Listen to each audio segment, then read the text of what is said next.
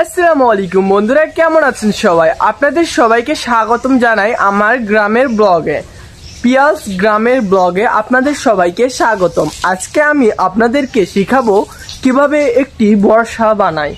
আর শুরু থেকে শেষ পর্যন্ত দেখুন। আর সাবস্ক্রাইব করা না থাকলে প্লিজ একটিবার সাবস্ক্রাইব বাটনটি দাবিয়ে বেল আইকন অন করে দিবেন, যেন সবার প্রথমে আমার ব্লগটি আপনাদের কাছেই চলে যায়। স্কিপ না করে ফুল ভিডিও দেখুন, আশা করি আপনারা সবাই কিছু শিখতে পারবেন। প্রথমে নিয়ে নিলাম কয়েকটি কারেন্টের সাথে নিয়ে নিলাম একটি বাঁশের ডাল, তারপরে লেগে পড়লাম কাজে।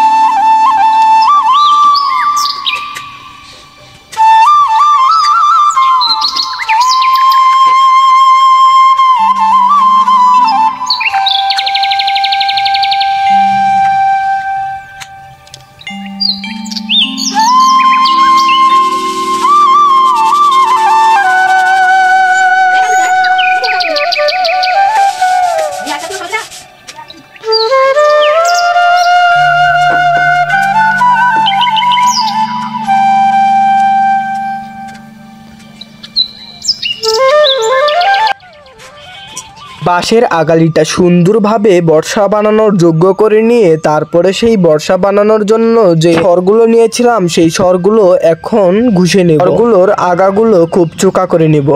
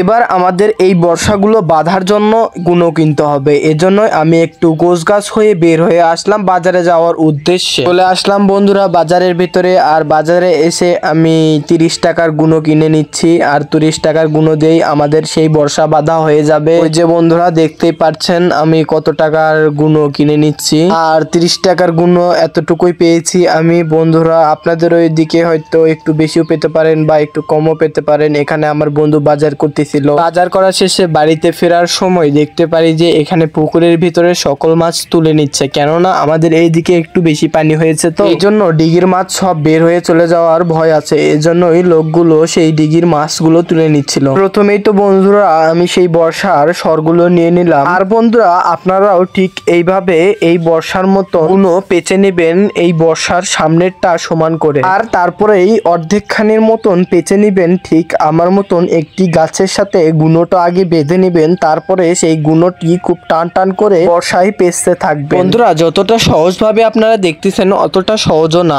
আমি যেভাবে পেঁচাচ্ছিলাম আর খুব টান টান করে পেঁচাচ্ছিলাম, পরবর্তীতে সেই গুণগুলো না কেটে যায় এবং খুব শক্তিশালী হয় বর্ষাটি। দেখুন, ঠিক এভাবেই এতটুকু প্রথমে পেঁচে নিবেন সেই বর্ষার স্বরগুলোর সাথে। তারপরে আমি আগে যেই বাঁশের আগালিটি প্রস্তুত করে রেখেছিলাম বর্ষা বানানোর জন্য, সেই বর্ষার আগালির ভেতরেই দিয়ে দিলাম আমি সেই স্বরটি। আর তারপরে আমি আবারও ওই বাঁধা স্বরটি নিয়ে নিলাম আর একটু আগে থেকে সেই গুণটি পেঁচতে শুরু করে দিলাম, কারণ যাতে খুব সুন্দরভাবে সেই বর্ষার সামনের ফিনিশিংটা হয়। আমার সেই স্বরগুলোতে গুণ পেঁচা কতটুকু হইতেছে আমি সেটি বারবার এই পাচার আগালিতে বারবার লাগিয়ে লাগিয়ে দেখতেছিলাম যে আমার গুণ পেঁচা শেষ হয়েছে নাকি।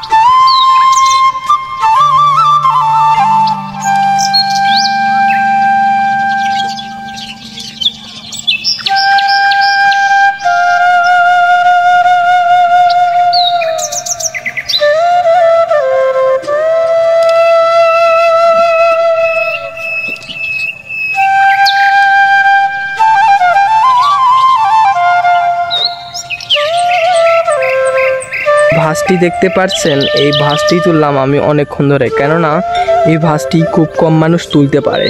দেখুন, প্রায় অনেকক্ষণ খুব সুন্দরভাবে বাঁধার পরে এই পাছাটি আমি এতটুকুই বাঁধতে পেরেছি। প্রায় 1 ঘন্টা যাবত আমি এই পাছাটি এই বর্ষাটি খুব সুন্দরভাবে যত্ন সহকারে বাঁধার চেষ্টা করতেছি। তো দেখা হচ্ছে পুরোপুরি ফিনিশিং টাচটা দেওয়ার পরে।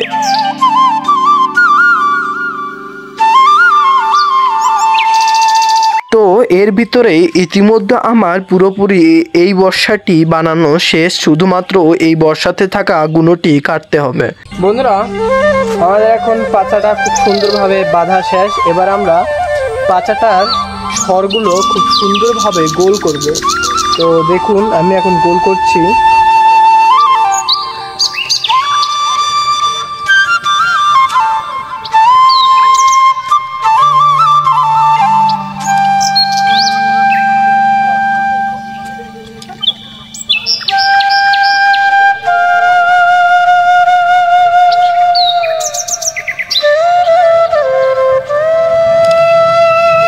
দেখতে পাচ্ছেন বন্ধুরা, অনেকক্ষণ চেষ্টা করার পরেই আমি এই বর্ষার স্বরগুলো কত সুন্দরভাবে গোল করে ফেলেছি। এখন এটি মাছ মারার জন্য একেবারেই উপযোগী। দেখুন বর্ষাটির আঘাত কতটা নিখুঁত হয়, আর এই বর্ষাটি অনেক সুন্দরভাবেই বানানো হয়েছে। আর এই বর্ষা দিয়ে সব ধরনের মাছই ধরা যাবে, কোনো সমস্যা হবে না।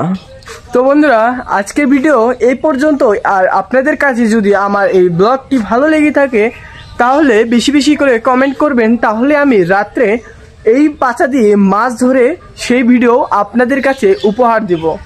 তো সবাইকে জানাই আল্লাহ হাফেজ।